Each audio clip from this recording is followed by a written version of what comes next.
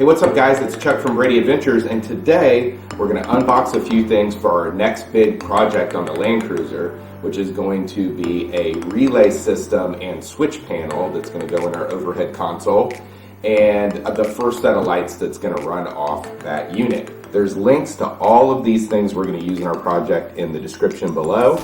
Be sure to give us a thumbs up if you enjoyed the video and hit that subscribe button. Thanks a lot. Initially, I wanted to build my own system. I was going to get a relay box, individual relays, switches, and wire it all up. But of course, I ran into the S-Pod. Very, very attractive. It has some protection circuitry in there, and it's a nice tight package and eliminates a lot of the hassle of wiring. The S-Pods run from $300 to $750, depending on the unit that you want. Couldn't justify spending that much when I could build something on my own for $100 or $150. So I kept looking. I ended up running into S-Tech and Trigger and some of these other units that are a little bit less expensive. Ultimately, I spotted something on a Jeep forum, and a bunch of people had recommended the Voswitch system, and I was surprised. This thing looks a lot like the S-Pod. It has a lot of the same features, and it's about $150. They also have a higher end version that's around $280, and that one has the programmable switches and a little switch panel. The one for $150 is just your standard rocker switches. So that's what we decided to go with. So what we're looking at is the Universal Apollo Intech 6 switch system. So I'm going to crack this open and show you what we got here. One interesting thing about the Voswitch system is that they come with this touch-sensitive switch. So what this does is it actually turns on and off the power to the switches, apparently allows you to dim or brighten the LEDs. I haven't seen that in action, but the problem with this is I wanted to have my switch panel up in my sunglasses holder, which I've seen a lot of other people on I Hate Mud doing. It's a really nice installation. And the box that this comes in is a little too big. You can't see back here though.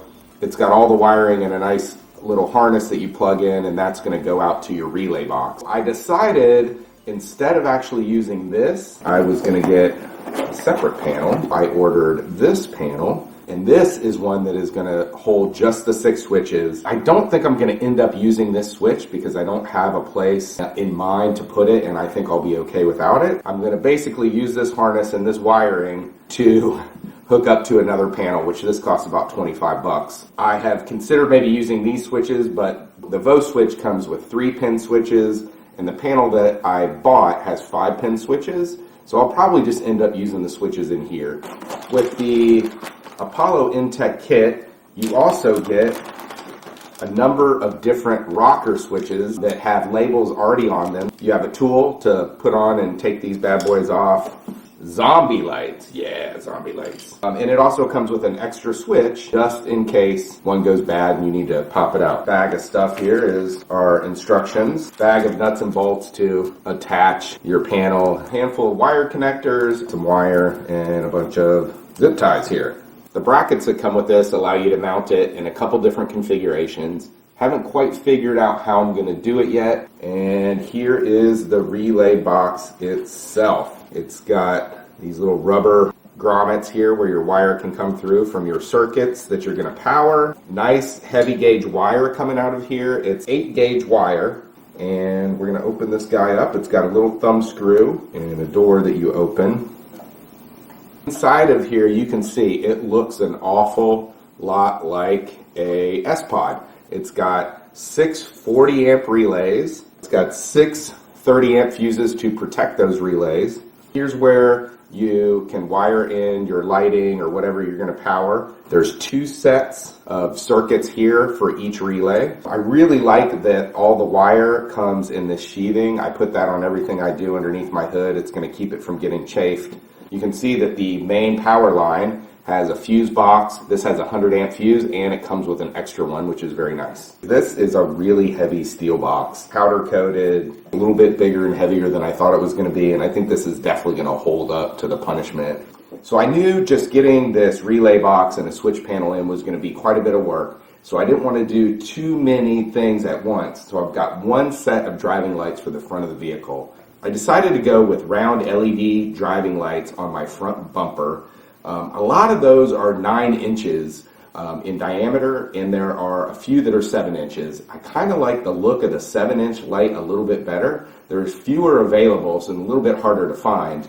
But I had found these. These lights are from the SXMA group on Amazon, and they are 140 watt LED lights.